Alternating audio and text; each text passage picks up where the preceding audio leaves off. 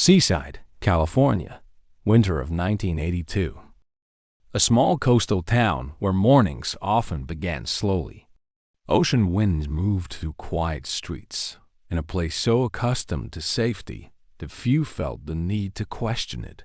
Here, children walked to school. Parents believed that a few short blocks could never lead to tragedy. In a quiet Vietnamese immigrant family living in Seaside, there was a 5-year-old girl named Ann Pham. Ann was in kindergarten. She was small, gentle, and used to the steady rhythm of an immigrant household, where life revolved around work, hope, and the belief that children would have a better future. Every morning, Ann walked to the elementary school near her home. The route was so familiar that no one ever thought of it as dangerous. On the morning of January 21st, 1982, Ann left the house as she did every other day. There were no tears, no sense of foreboding, just a child stepping out the door with her small backpack, facing what should have been an ordinary school day. But Ann never arrived at class. When the school took attendance and her name was missing, the initial concern was vague. Maybe Ann was absent. Maybe there had been a misunderstanding. But by the afternoon, when Ann did not return home, that concern turned into panic. Her parents realized that something was wrong. Police were called. Questions came quickly. How could a 5-year-old girl disappear in just a few minutes in broad daylight on a route that people used every day? 2 days later, Ann was found. No longer a child on her way to school, but the victim of a crime that plunged the entire town into silence. From that moment on, Seaside was never the same. And the questions have hung in the air for more than 40 years. Who saw something? Who stayed silent? And why did justice take so long to speak? Stay with us as we follow each fragment of the story and uncover the truth that remained buried for decades. The morning of January 21st, 1982, passed like any other morning in Seaside. Ann left her home to walk to kindergarten along the familiar route she had taken many times before. It was the last time Ann was seen alive, a moment so ordinary that no one imagined it would become a final memory. When the school bell rang, the teacher began taking attendance. Ann's name went unanswered. At first, her absence did not cause alarm. Maybe she was running late. Maybe there was a small mistake. But time passed, and Ann never appeared. By the end of the school day, when Ann did not return home, unease began to spread. Her parents stood at the doorway, waiting, listening for every sound from the street. With each passing minute, the silence grew heavier. There were no clues, no witnesses. No one saw Ann turn off her usual path. No one heard a cry for help. A 5-year-old girl seemed to have vanished in broad daylight, in a quiet residential neighborhood, as if she had never existed on that street at all. The sheer irrationality of it left the entire town shaken. If a child could disappear so easily, then what was truly safe? And from that moment, a haunting question began to take shape, one that would follow this case for more than 4 decades. What really happened to Ann on a road everyone believed was safe? When Ann did not return home that afternoon, Seaside began to change. The familiar calm of the coastal town was replaced by a sense of unease that spread quickly from one household to the next. Ann's parents called out her name in desperation, walking along the familiar route she took every morning, but there was no answer. Seaside police were notified that same day. At first, people tried to hold on to hope that this was only a misunderstanding. Maybe Ann had gotten lost. Maybe someone had brought her home late. But as darkness fell, that hope began to crack. An urgent search was launched. Police officers, rescue teams, and volunteers from across the town poured into the streets. Neighbors who normally only exchanged morning greetings now stood side by side with flashlights, calling out the name of a child many of them had never even met. Yet everyone understood that it could just as easily have been their own child. The streets around the school were searched inch by inch. Parks, vacant lots, and narrow alleyways were checked. K-9 units were brought in, sniffing every path and hidden corner. Helicopters circled overhead, searchlights sweeping across the darkness, as if trying to tear through the night that had settled over the town. The search perimeter quickly expanded beyond the residential area. Open fields, wooded areas, and even the nearby military base were added to the list. With every passing hour, time became the greatest enemy. For a 5-year-old child, every minute carried the weight of survival. Anne's family remained in their small home, where everything was exactly as it had been that morning. The jacket Anne usually wore, the small shoes neatly placed by the door. These silent objects made the worry more painful than any words ever could. The first night passed with no news. Then the second day began, bringing with it a fragile hope that Anne would be found safe. At the same time, another fear slowly took shape, a fear no one dared to name. Because the more they searched, the more one frightening truth became clear. There were no clear signs, no reliable witnesses. No one remembered seeing Anne turn off her usual path. She seemed to have vanished without leaving behind a single clue. And it was that emptiness, the absence of evidence, that signaled the road ahead would not be short. The search was not only a race against time, but the first confrontation with a chilling reality. Some disappearances leave no footprints to follow. The second day of searching began under a heavy atmosphere. Daylight returned, but the feeling of hope did not. Those involved in the search were exhausted, their eyes dark from lack of sleep, yet no one gave up. They kept going, because stopping would mean admitting something no one was ready to accept. Search teams expanded into more distant areas. Abandoned land, deserted roads, and empty spaces where a child might have wandered were all examined. The canine units continued working, but the scent trail grew weaker with each passing hour. Every time a dog paused, everyone held their breath. And every time it turned away, the silence stretched a little longer. There were no discarded clothes, no belongings left behind, no signs of a struggle. The things that should have existed were completely absent, and that absence turned anxiety into a cold, nameless dread. Anne's parents stood among strangers, answering the same questions again and again. When was the last time you saw her? What was she wearing? Was there anyone she knew who might have taken her? Each question felt like a cut, because every answer led back to the same point. The familiar route, an ordinary morning, nothing unusual to hold on to.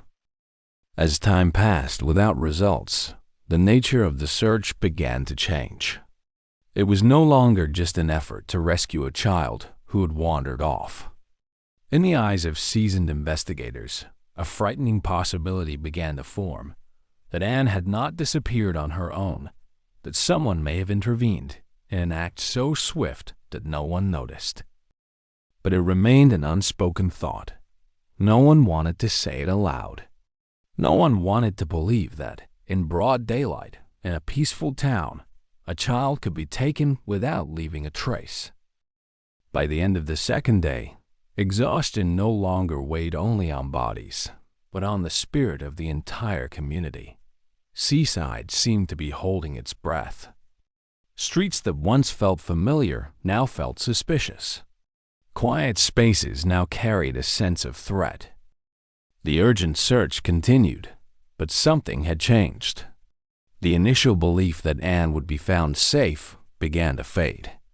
In its place came a painful realization that they might be following a very cold path, one that did not lead home, but deeper into an unsolved mystery. And it was at that moment, when even the faintest hope began to dissolve, that the disappearance of Anne Pham ceased to be just a search and slowly became a case, with consequences no one yet dared to fully imagine. 2 days after Anne disappeared, the search led investigators to a place no one wanted to think about, a remote area of a former military base, rarely visited, cut off from the familiar streets of town. It was there that Anne was found. There was no hope left, no miracle, only a heavy silence hanging over the scene. Police sealed off the area. Those who had taken part in the search stood motionless, no one speaking. For them, this was not just the end of a search, but the moment that marked an irreversible loss. A 5-year-old child who had left home to go to school and never came back. Preliminary forensic results quickly ruled out any accidental explanation. Anne had not been injured by chance. She had not gotten lost. Anne had been sexually assaulted and strangled to death. The conclusion sent shockwaves through the seaside community. Yet the crime scene raised more questions than answers. There were no signs of a violent struggle. No clear indications that Anne had run or resisted for any length of time. What should have been present traces of panic or chaos was almost entirely absent. That absence suggested a terrifying possibility. Everything had happened very quickly, and Anne had been taken before anyone had time to notice. In the early days, police tried to cling to less frightening explanations. Maybe Anne had wandered off. Maybe she had been injured after leaving her usual route. These theories were considered not only because of the lack of evidence, but because no one wanted to accept that such a serious crime could have occurred in broad daylight. But one by one, those theories collapsed. Anne had not walked to the location where her body was found on her own. The distance, the terrain, and her age made that nearly impossible. There was no evidence that she had voluntarily left her route to school, and there were no signs of an accident. The truth slowly began to emerge, even if no one was ready to say it out loud. This was not a mishap. It was a deliberate act. But in 1982, with what police had in hand, that truth was not enough to point to a specific name. The scene confirmed that a crime had occurred, but revealed no clear path to the perpetrator. And it was here that the investigation began to turn down a dangerous road, one where flawed assumptions could prolong silence for decades. In the days following the discovery, pressure on investigators was immense. The community demanded answers. Anne's family needed to know what had happened, and police needed a direction, no matter how fragile. The earliest theories reflected the mindset of the time. People searched for the least frightening explanation. Maybe Anne had gotten lost. Maybe she had followed someone she knew. Maybe this was a random tragedy, not the act of a predator. But each theory, when measured against the crime scene, revealed gaps that could not be ignored. Anne was found in a location that was not on her route to school. Given her age and physical ability, the likelihood that she could have traveled that far on her own was virtually non-existent. There were no signs that she had wandered for a long time. No evidence of exhaustion or collapse consistent with being lost. These details quietly undermined the accident theory. The idea that Anne knew the person who took her also led nowhere. No witnesses reported seeing her speaking with or walking alongside someone familiar. No one in the neighborhood reported anything unusual. Everything had happened too quickly, too cleanly, to leave behind signs of a familiar interaction. At the same time, the crime scene did not provide enough direct evidence to identify a specific suspect. There were no witnesses, no surveillance cameras, no usable DNA by the standards of technology at the time. All that remained were assumptions, and assumptions can easily steer an investigation off course. The lack of concrete leads forced investigators to cast a wide net. Many possibilities were examined, but none were strong enough to hold. Each eliminated theory left behind an even larger void. As time passed, the initial urgency gave way to exhaustion. The case was not short on effort, but it lacked a solid anchor. The most critical questions: who took Anne from her familiar route, how it was done, and why, remained unanswered. It was at this stage that the case began to drift into the most dangerous state any investigation can reach. Not because of a lack of commitment, but because of a lack of evidence. Misguided assumptions, born from a desire to shield the community from fear, inadvertently prolonged the silence. And in that silence, the perpetrator, if there was one, remained free. And Anne, the 5-year-old girl who left home on an ordinary morning, slowly became a name in a file, an unanswered case, quietly slipping into the darkness of time. As the initial theories gradually collapsed, the Anne Pham case entered a more dangerous phase 1 in which even the smallest details could be overlooked. Under pressure to find answers quickly, clues that were not clear or decisive were easily set aside, as if they were not important enough to change the course of the investigation. Yet it was in that silence that the small details remained, waiting to be seen for what they truly were. At the scene, there were no signs of a prolonged struggle. This led many to believe that Anne was not panicked at the outset. She may have trusted the person who approached her, a frightening thought, but one consistent with the reality that children are often not wary of familiar faces or gentle words. Some early reports mentioned vague observations from people in the area. One person recalled seeing vehicle headlights stop briefly. Another thought they heard an unusual sound, but not clearly enough to say it was a cry for help. These accounts were fragmented, did not align in time, and were therefore categorized as unreliable information. Within the forensic file, there were details recorded that could not be fully explained at the time. Indicators showed that Anne had not moved to the location where she was found on her own. The terrain, the distance, and her physical condition all conflicted with the theory that she had wandered off. But without direct evidence of a third party, these contradictions existed only as cold notes in a case file. One small piece of evidence was collected and sealed, a strand of hair without a root. In 1982, this detail held almost no investigative value.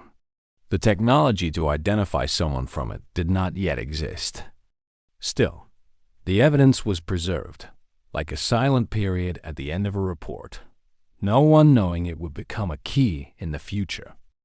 For Anne's family, every overlooked clue was a quiet source of pain. They had no access to the case file and did not know which details had been examined or dismissed. They only knew that day after day, answers never came. Those clues did not disappear. They were simply buried beneath layers of time, helplessness, and an investigative system that lacked the tools to listen to the smallest details. And for many years, no one imagined that the very details once considered too weak would be the only ones capable of bringing the truth back into the light. Over time, the Anne Pham case file grew thicker, not with answers, but with notes and unresolved questions. Investigators reviewing it saw the same problem again and again. The pieces existed, but they refused to fit together under the logic of that era. The hair without a root was preserved more as a formality than a hope. In 1982, it said nothing specific. It could not identify anyone. It could not be compared. It was simply a sign that someone else had been very close to Anne in her final moments, but no one knew who that person was. Alongside that evidence were small technical inconsistencies scattered throughout the file. The timing of Anne's disappearance did not fully align with the early theories. The gap between the moment she left home and when she was reported missing was too short for a random chain of events to unfold. That suggested something swift, organized, and controlled. Some investigators noted that Anne showed no signs of prolonged panic.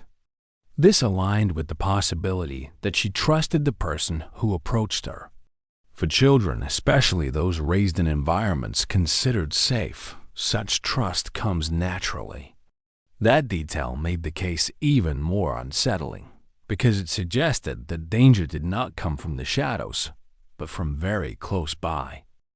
The fragmented witness statements, a passing set of headlights, an indistinct sound remained in the file.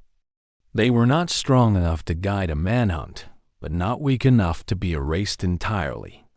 Each detail was like a faint echo, present but unheard. Year after year, the file was opened and closed. Each generation of investigators saw the same clues, yet had to admit they lacked the tools to make them speak. The truth had not vanished. It was simply waiting for the right moment. For Anne's family, those forgotten clues became part of a prolonged grief. They knew something had been missed, but could not name it. As the years passed, hope faded, but the questions never did. And then, the very details once deemed too small to change anything, the preserved strand of hair, the unresolved technical inconsistencies, the forgotten notes, became the foundation for a turning point no one in 1982 could have imagined. The clues were never lost. They were only waiting patiently for the day someone would have the ability and the time to truly listen. After the intense early days of investigation, the Anne Pham case gradually slipped into a state no one had wanted. There were no more emergency meetings, no more helicopters circling the sky. The streets that had once been filled with searchers returned to their familiar quiet. And with that quiet, the case began to grow cold. The file was set aside. The pages grew thicker, but no answers were added. Each time a new lead was mentioned, it quickly led to a dead end. No witnesses. No technology strong enough. No specific name to pursue. The case was not closed, but it could not move forward. For the seaside community, Anne Pham slowly became a painful memory spoken of with caution. People did not forget, but they did not know what to do with the grief. Parents began walking their children to school. Familiar streets no longer felt carefree. The sense of safety that once existed now carried an invisible crack. For Anne's family, time moved differently. Each passing year was not a step toward healing, but a year heavier than the last. Without answers, there was no ending. They lived between two states, forced to accept the loss, yet unable to fully let go of the hope that one day, the truth would be spoken. Holidays passed in silence. Anne's birthday was no longer a celebration, but a painful reminder of a childhood cut short. Her bedroom and the small belongings she left behind became quiet witnesses to a life that never had the chance to grow. Year after year, the case was labeled with a cold term, unsolved. But behind that label was a deeply human reality, a family learning to live with unanswered questions, and a community forced to accept that something had happened right in front of them without anyone realizing it in time. Within the investigative system, the Anne Pham case became a file that was opened and closed again and again. Each generation of investigators looked at the same pages, the same old clues, and sighed. Not because they did not care, but because they had no further tools to go on. The silence lasted nearly 4 decades. The outside world changed. Technology advanced. Children who had gone to school in Anne's time grew up, started families, and had children of their own. But Anne's story stood still, as if trapped in 1982. And in that long silence, one truth slowly became clear. The truth does not disappear. It is only covered by time. A cold case is not an ending, but a long pause waiting for the day when someone has the patience, the tools, and the determination to turn back through the old files and listen to what time left behind. Nearly 40 years after ANFAM disappeared, the world had changed in ways no one in Seaside could have imagined in 1982. Technology had advanced. The limitations that once left investigators powerless were no longer absolute barriers. And within that context, an important decision was made. The ANFAM case file was pulled from storage, not because of a new confession, not because a surprise witness had come forward, but because, at last, time had delivered the one thing this case had been waiting for over decades: the ability to look back at the past with different eyes. A cold case unit was assembled. Investigators who had not lived through the pain of 1982, but who brought with them the patience and determination of a new generation. They reread every page of the old file, not to search for something new, but to listen carefully to the details that had once been overlooked. Among the pieces of evidence revisited was one very small detail: a strand of hair without a root, collected and sealed at the crime scene all those years ago. For decades, it had sat silently in the file, valueless, voiceless. But now, with modern technology, that tiny detail began to take on new meaning. The analysis did not unfold with fanfare. There were no dramatic moments, just quiet laboratories, carefully handled samples, and people patiently waiting for results. Yet within that stillness, a door slowly began to open. For the first time, evidence from 1982 could be interpreted in a way the original investigators had never been able to achieve. It was no longer just an anonymous trace. It became a biological fragment, carrying information about origin, about lineage, about the connections that bind people to one another. The results did not point directly to a specific name, but they pointed in a direction: a surname, a family branch, a genetic trail clear enough to make investigators pause and say to one another that at last this case had found a voice. For Anne's family, the call informing them that the case was being reopened carried conflicting emotions. After so many years, hope was not something easily welcomed. But the long silence had taught them that if they did not take hold of this opportunity, there might never be another. For the Seaside community, the renewed attention to the case stirred old memories, familiar streets, mornings that once seemed harmless. Once again, the name ANFAM surfaced, not only as a painful memory, but as an unanswered question. The investigation entered a new phase. No longer a blind search in complete darkness, but the careful following of a thin thread stretching from the 1982 crime scene to the present day. And while no one dared to be certain, investigators understood that they were standing at the most critical turning point of the case. Because when the past begins to speak, the truth, no matter how long it has been buried, cannot remain silent forever. When the first DNA analysis results came back, investigators did not see a name. They saw numbers, data sequences, and faint connections. Yet within that faintness, something crucial emerged. The genetic markers pointed to a connection with a specific lineage, not an individual, but a family branch. Genetic genealogy opened a new path. Instead of asking the data who committed the crime, investigators asked a different question. Which family did this person belong to? Where did they come from? Could the history of that bloodline be traced backward? The work began slowly and meticulously. Family trees were built. Public records were reviewed. Each relationship was cross-referenced with location, time, and living circumstances in 1982.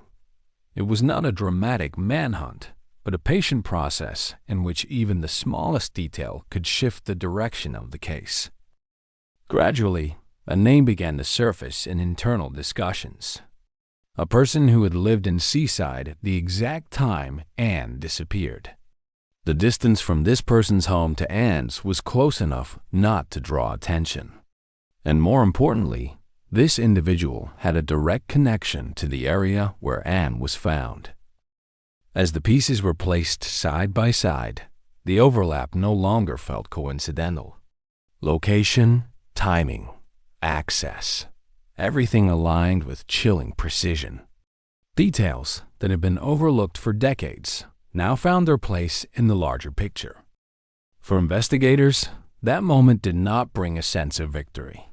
It brought weight, because as the truth came into focus, they understood that every step forward also meant confronting, more clearly, the pain of a family that had waited far too long.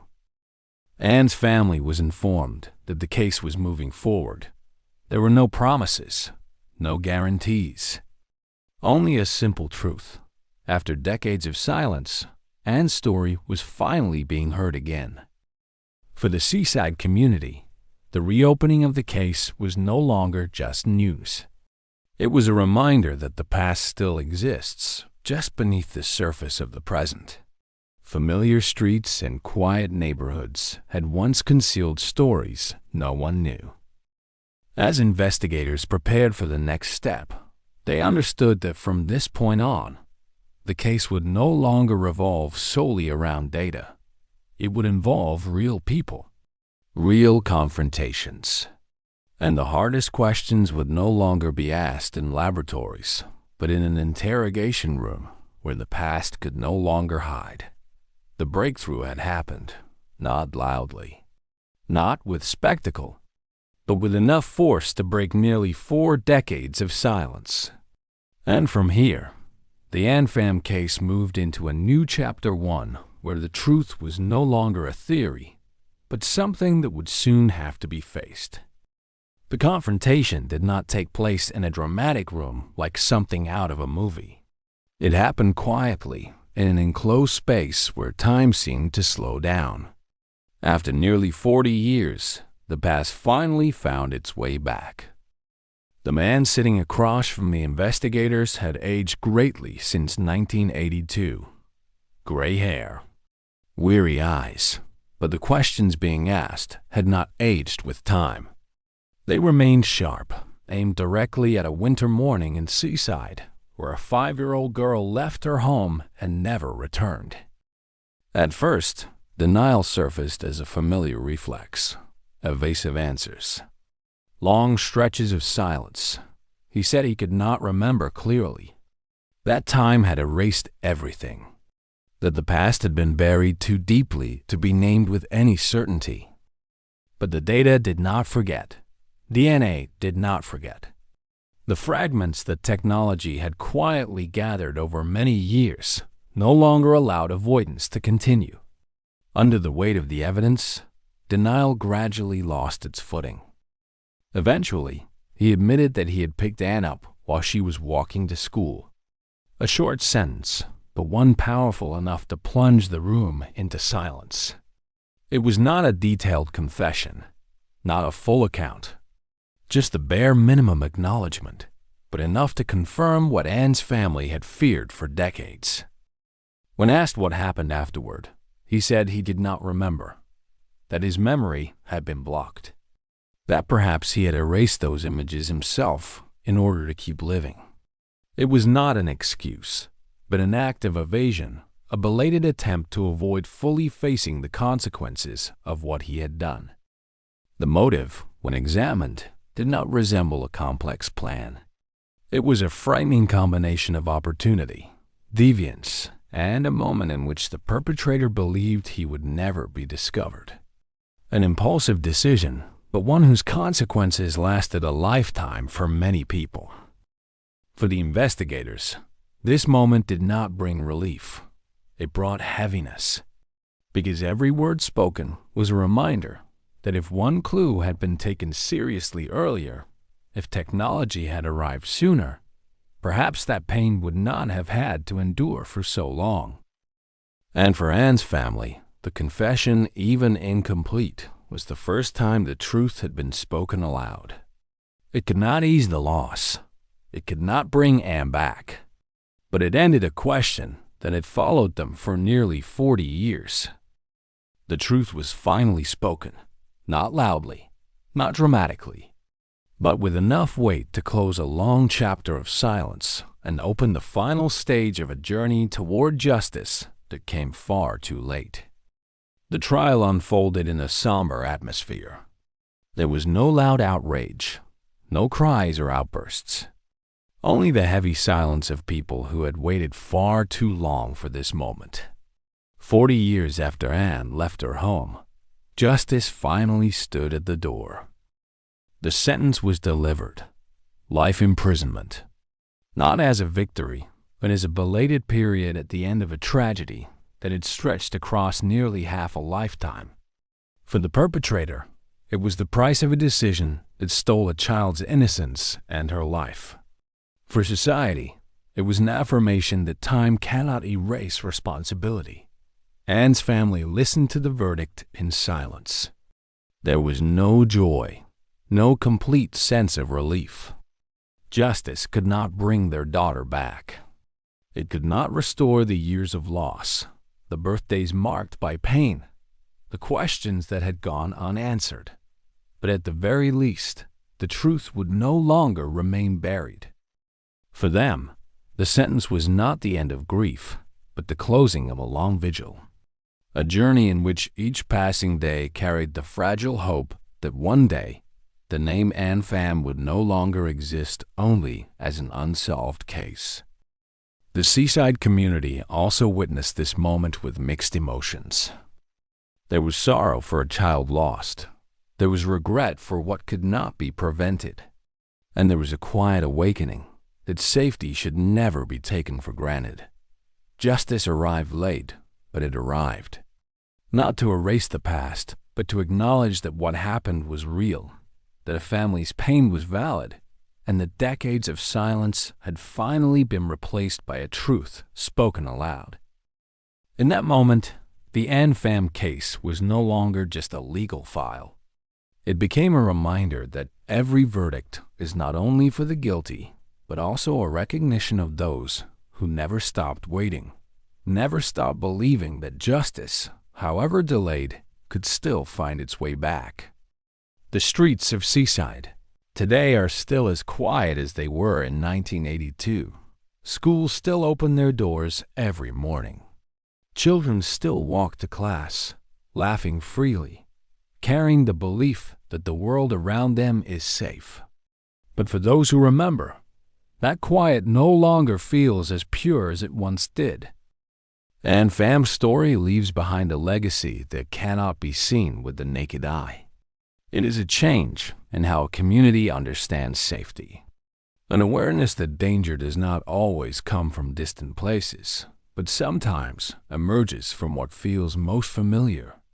It is a reminder that silence, whether unintentional or deliberate, can allow pain to stretch across generations. This case is not only about a crime. It is about time, about justice delayed for decades, about a family forced to learn how to live alongside unanswered questions, and about the patience of truth, quietly waiting until humanity becomes capable of listening.